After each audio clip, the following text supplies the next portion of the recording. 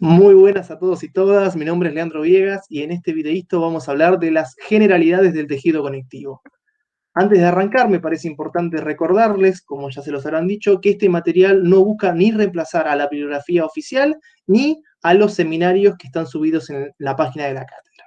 Objetivos. Ustedes al terminar este video tendrían que poder identificar al tejido conectivo en base a sus características histológicas, deberían conocer cómo se subclasifica este tejido y deberían tener un concepto general de cómo funciona este tejido. Conceptos generales. Empecemos con algunas definiciones, ¿sí? De una forma muy rudimentaria, uno podría llegar a decir que los tejidos conectivos van a ser aquellos que separen, cohesionen y den soporte a los demás tejidos del cuerpo, ¿sí? Esta definición es la primera que dieron los alemanes a la hora de describirlo, porque tenían que poner un nombre a este tejido que veían que era totalmente vasto y era muy continuo, ¿sí? Y que se limitaba por las láminas basales de los epitelios y por estructuras de los demás tejidos básicos, ¿sí? Los alemanes al describirlo además le dieron una función pasiva, le otorgaron la función de sostén, así lo van a leer ustedes, ¿sí? Recordemos que los órganos son conjuntos de tejidos, ¿sí? El epitelio no puede flotar en el aire, ¿sí? El músculo tampoco. Ambos tejidos necesitan un cemento, necesitan algo que los vincule, ¿sí? Esta forma de vincularlos se conoce en histología como estroma, ¿sí? El estroma es el andamiaje, ¿sí? Es la primera palabra que quiero que ustedes se lleven de este videíto, ¿sí? Como nombrar estroma, no puedo dejar de nombrar a su medio hermano, que es el parénquima, ¿sí? Ya se los dije, el estroma va a ser el tejido que dé el soporte estructural en un órgano, ¿sí? Y el parénquima, por su parte, va a ser el tejido que aporte el componente funcional a ese órgano, ¿sí? Pongamos, por ejemplo, el riñón, ¿sí? El riñón todos sabemos que tiene como función generar orina. Todos los tejidos en el riñón que contribuyen a la formación de la orina va a ser el componente parenquimatoso del riñón, va a ser el parénquima del riñón. Por su parte, el tejido que soporte a ese parénquima va a ser el estroma. De vuelta les digo, el estroma suele ser dado en los órganos por el tejido conectivo. Si tienen alguna dificultad en recordar esto que les acabo de explicar, hay una regla mnemotécnica que es hermosa, muy vieja, que es ESO e IPF, ¿sí? ESO es una empresa que no existe más, así que esto demuestra lo vieja que es la mnemotecnia, pero acá te les voy a demostrar por qué es tan genial, ¿sí? Es estroma, sostén y parénquima función. De vuelta, estroma, sostén y parénquima función, ¿sí? Espero que les sirva la mnemotecnia, ¿sí? A mí me ha servido mucho. Veamos en una imagen lo que estuvimos hablando. Tenemos, ustedes ya son todos expertos en epitelio, tenemos una luz, por debajo un epitelio, que ya lo sabrán caracterizar muy bien, yo no me voy a meter en eso, ¿sí? Y por debajo del epitelio tenemos un tejido distinto, ¿sí? Esto es el tejido conectivo. Que vemos que si yo quisiese seguirlo como si esto fuese un microscopio, ¿no? Y muevo el campo, vería que a medida que yo ascienda, ese tejido conectivo va a ascender también, ¿sí? ¿Por qué? Porque es continuo, es algo muy vasto. Pero a medida que yo me voy metiendo hacia adentro del órgano, me voy metiendo hacia el interior, me voy a chocar con un tejido distinto, ¿sí? Este tejido distinto no hace falta que lo conozcan ahora, pero es músculo. Nada, esta imagen la puse para que ustedes vean los límites, ¿sí? Por debajo de las láminas basales de los epitelios hasta estructuras de los demás tejidos. Todos esos son los límites del tejido conectivo.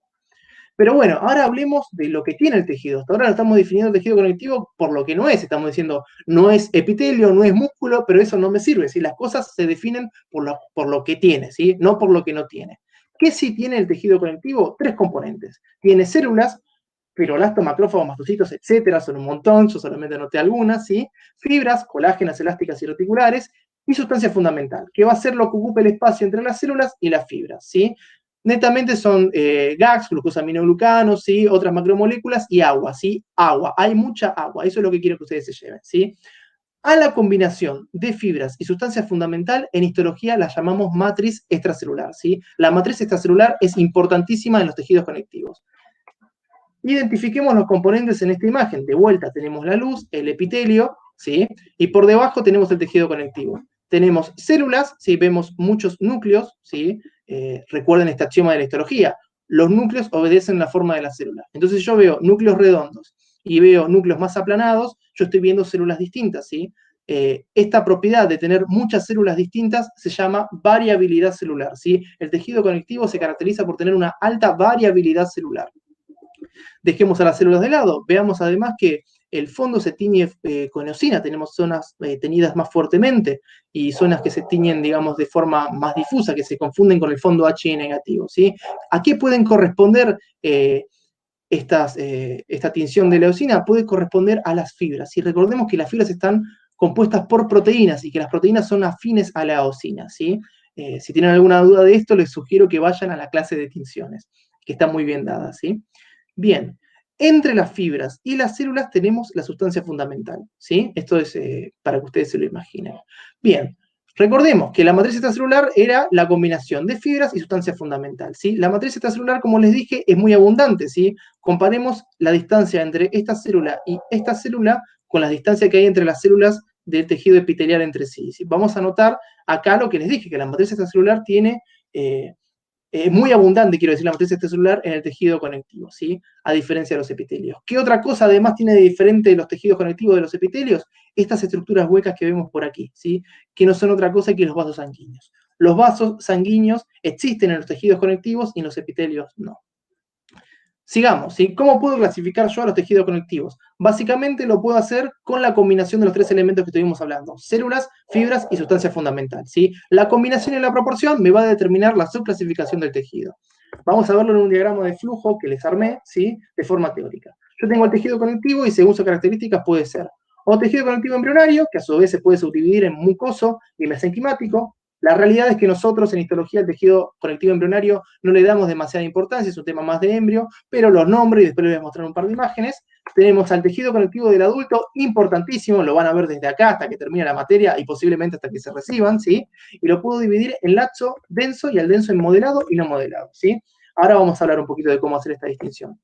Por otra parte, tenemos a los tejidos conectivos especializados que son importantísimos, ¿sí? Para esta materia y van a ocupar las siguientes clases que yo igual se los nombro ahora de forma general, ¿sí? Dentro de los especializados tenemos al tejido sanguíneo, al hematopoyético, al linfático, al óseo, al cartilaginoso y al adiposo, ¿sí? Esto se los muestro como para que ustedes tengan la noción de la gran bolsa de gatos, digamos, de la gran heterogeneidad que tiene el tejido conectivo, ¿sí?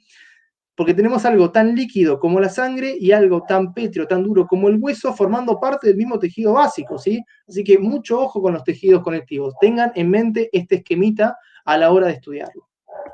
Bien, pasemos al tejido conectivo del adulto. Yo les dije que se podía dividir en laxo o denso. ¿Cómo hago yo para darme cuenta que cuando un tejido conectivo es laxo o cuando es denso? Muy bien, acá quiero que me presten muchísima atención. Se realiza observando el grado de compactación de la fibra. Pero Leandro, me pueden preguntar ustedes, ¿cómo el grado de compactación de la fibra? ¿Cómo me doy cuenta cuando una fibra está compactada? Primero pensemos qué es la compactación. La compactación de una fibra implica que hay más proteínas unidas en una menor unidad de superficie, ¿sí? ¿Cómo se traduce eso en tinción? Con una tinción con eosina más fuerte, ¿sí? Entonces tenemos acá una zona que es la derecha y la izquierda, ¿sí? Vamos a ver nosotros que para la derecha tenemos zonas que se remarcan más fuertes, ¿sí? Que están como con marcador resaltadas, y tenemos otras zonas que se ven, digamos, más laxas, como les dije, más laxas justamente porque este es conectivo laxo, ¿sí? Pero que no se tiñen tan fuertes, ¿sí? Entonces yo acá puedo hacer la distinción, que para la derecha tengo el tejido conectivo denso y hacia la izquierda tengo el tejido conectivo laxo, ¿sí? El grado de compactación de las fibras, digamos como la furia con la que se tiñen, por ponerlo mal y pronto, ¿sí? Va a ser lo que me dé la distinción de laxo y denso. ¿Por qué no tomo la cantidad de células? Porque tomemos, por ejemplo, este cuadradito del centro y este cuadradito que aparece hacia la derecha. Si yo cuento el área, ¿sí? Estamos viendo la misma superficie, voy a notar que acá en este cuadrito solamente hay una célula, ¿sí? Y por el contrario, hacia la derecha hay tres. Si yo me guiase por el número de células, podría decir, ah, bueno, acá hay 1, 2, 3 células, entonces este tejido es más laxo que este. Y no, sería un error, ¿sí? Jamás se guíen por la cantidad de células para discriminar si es laxo o denso, ¿sí? La determinación de laxo o denso es netamente comparativa, tengo que tener dos tipos de tejidos distintos, y se realiza observando el grado de compactación de la fibra, ¿sí? Esto se lo tatúan, se lo escriben en la pared de su pieza, ¿sí? Bien. Ejemplos de tipos de tejidos conectivos, acá tenemos el prote sanguíneo, vean la cantidad de elementos que hay, ¿sí? Vean la cantidad de células y elementos. En este caso la sustancia fundamental es líquida, como les decía, compárenlo con el hueso, ¿sí? El tejido óseo tiene una matriz extracelular que se tiñe muy bien, ¿sí? Las células también son más pequeñas. El cambio de tinción en la matriz extracelular me habla de distintos componentes macromoleculares, ¿sí? Pasemos hacia el tejido conectivo mesenquimático. Yo les dije un tipo de tejido embrionario. Vean la cantidad de células que hay, vean la matriz, ¿sí? Que la matriz casi que ni toma atención, ¿sí? El tejido conectivo mesenquimático va a estar constituido por células aún inmaduras, y a medida que el embrión vaya madurando, vaya avanzando, estas células van a ir volviéndose adultas, ¿sí?